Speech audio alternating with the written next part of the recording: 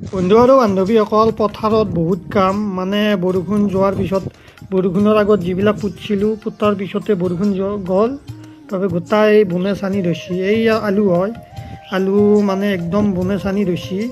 মানে মাছখণ্ড কোদালেৰে ঘাৱাই দিছোঁ আৰু গোৰবিলাক এই খুন্তিৰে নিকাই আছোঁ।